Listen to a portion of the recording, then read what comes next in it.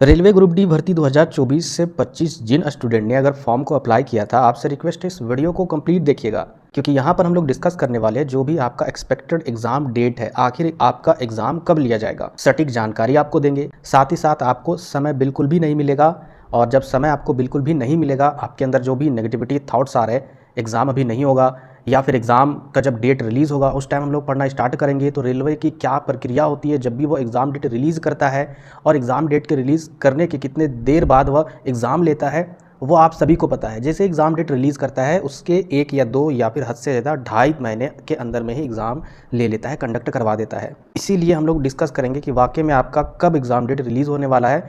बहुत बड़ी अपडेट है, पूरा कंप्लीट समझिएगा, क्योंकि बहुत सारे स्टूडेंट विश्वास नहीं करेंगे, उनको विश्वास ही नहीं होगा। क्योंकि उनके माइंड में नेगेटिविटी थॉट्स क्रिएट होते रहते हैं जब भी वो पढ़ाई करने के लिए बैठते हैं। बहुत सारे नेगेटिविटी थॉट्स उनके दिमाग में क्रिएट होता है, अभी तो एग्ज़ाम होना है नहीं तो फिर पढ़कर क्या करेंगे, यानी वो अपने आप में मोटिवेशन ही नहीं ला पाते हैं। तो सबसे पहले मैं आपको बता दूँ, ALP का एग्ज़ाम हो चुका है, टेक्नीशियन का एग्ज़ाम हो चुका है, RPF का भी एग्ज़ाम हो चुका है, JEE का भी एग्ज़ाम हो चुका है, NTPC की अगर बात करें ये भी एग्ज़ाम हो चुका है, और कुछ एग्ज़ाम जो है वो लगातार चल रही है, यानी कुछ दिन में ख़त्म हो जाएगा। इसके अलावा अगर बात करें मिनिस्ट्री एंड आइसोलेटेड, इसका भी एग्ज़ाम सितंबर में लिया जाएगा, यानी इसका भी डेट अनाउंस हो चुका है।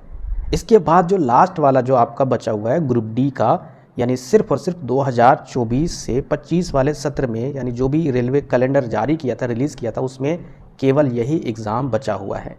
सारा एग्ज़ाम डेट या फिर सारा एग्ज़ाम कंडक्ट हो चुका है, यानी केवल और केवल अब इस बार जो रेलवे है वो फोकस करेगी सिर्फ और सिर्फ ग्रुप डी के एग्ज़ाम को कंडक्ट करवाने के लिए।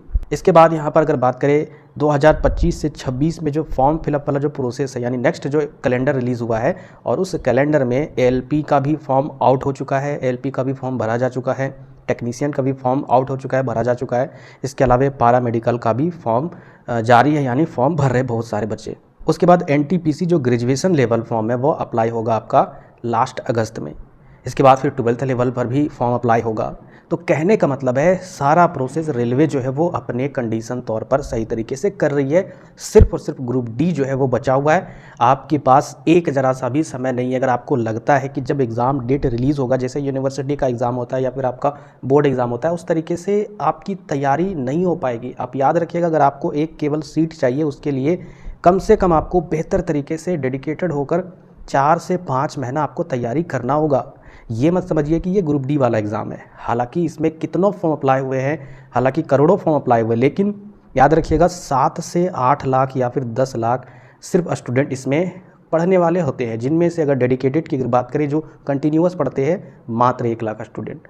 तो कम से कम आपको अच्छे तरीके से पढ़ना होगा, तैयारी करनी होगी, तभी ग्रुप डी का एग्ज़ाम तुम क्रैक कर पाओगे, नहीं तो फिर दिक्कतों का सामना करना पड़ सकता है। प्रॉब्लम कहाँ पर आएगी, जैसे ही रेलवे एग्ज़ाम डेट रिलीज़ करेगा उसके 2 महीने के अंदर में ही एग्ज़ाम लेना शुरू कर देगा। जैसे एग्ज़ाम लेना रेलवे ग्रुप डी का स्टार्ट हो जाएगा, देखिए रेलवे ग्रुप डी का एग्ज़ाम जो है वो एक दिन में ख़त्म नहीं होगा, लगातार हमको लग रहा है कि 8-10 दिन एग्ज़ाम कंडक्ट कई शिफ्टों में करवाई जाएगी, क्योंकि बहुत सारे स्टूडेंट इसमें है, कैंडिडेट है। और इस एग्ज़ाम को कंडक्ट करवाने के बाद हो सकता है आपका लास्ट में एग्ज़ाम लिया जाए तो बहुत ही ज़्यादा टफ शिफ्ट में एग्ज़ाम होगा। तो इस तरीके से क्वेश्चन का लेवल हाई भी जा सकता है, लो भी रह सकता है। इसीलिए जैसे एग्ज़ाम डेट रिलीज़ होगा उसके बाद पढ़ोगे तो कुछ भी नहीं हो पाएगा, ना ही आपका सिलेबस कंप्लीट होगा। आप रीजनिंग पढ़ने के लिए बैठोगे तो आपको लगेगा कि मैथ पढ़ लूँ, मैथ पढ़ने के लिए बैठोगे तो आपको लगेगा कि GS GK पढ़ लूँ, अगर GS GK पढ़ने के लिए बैठोगे तो लगेगा कि करंट अफेयर पढ़ लूँ। तो बहुत सारी समस्याएँ झेलनी पड़ सकती है, और इसीलिए ग्रुप डी की तैयारी आप लोग बेहतर तरीके से करना शुरू कर दीजिए। जहाँ से भी अगर आप पढ़ाई करते हो, चाहे ऑफलाइन तरीके से या फिर ऑनलाइन तरीके से, कंटिन्यूअस आप लगातार 2-4 घंटे अगर आप रेगुलर पढ़ रहे हो तो कम से कम 2-4 घंटे हर रोज़ पढ़ाई कंप्लीट कीजिए। इसके बाद अगर बात करें expected exam date group D का क्या हो सकता है, मैं आपको बता दूं 2025 के अंडर ही एग्ज़ाम कंडक्ट करवाई जाएगी, इसकी मैं गारंटी देता हूँ। 2026 नहीं जाएगा। अब 2025 में ही एग्ज़ाम कंडक्ट करवाई जाएगी, तो एग्ज़ाम डेट कब रिलीज़ हो सकता है, तो एग्ज़ाम डेट जो है वो आपका 1-1.5 महीने के अंदर में ही अनाउंस करवाई जाएगी, इसकी पूरी संभावना है। जैसे एग्ज़ाम डेट आपका रिलीज़ होगा उसके 2-3 महीने के अंदर में ही आपका एग्ज़ाम शुरू हो जाएगा। तो इसमें अगर हम लोग एक्सपेक्टेड मंथ या फिर एक्सपेक्टेड डेट की अगर बात करें, अक्टूबर या फिर नवंबर में 100% चांस है आपका एग्ज़ाम स्टार्ट हो सकता है। थोड़ा सा अगर लेट होगा तो दिसंबर में एग्ज़ाम कंडक्ट करवाई जाएगी, क्योंकि इनको कैलेंडर भी पूरा करना है और सही तरीके से सारा प्रोसेस करना है, क्योंकि सबसे बड़ा जो एग्ज़ाम है वह ग्रुप डी का ही जाएगा।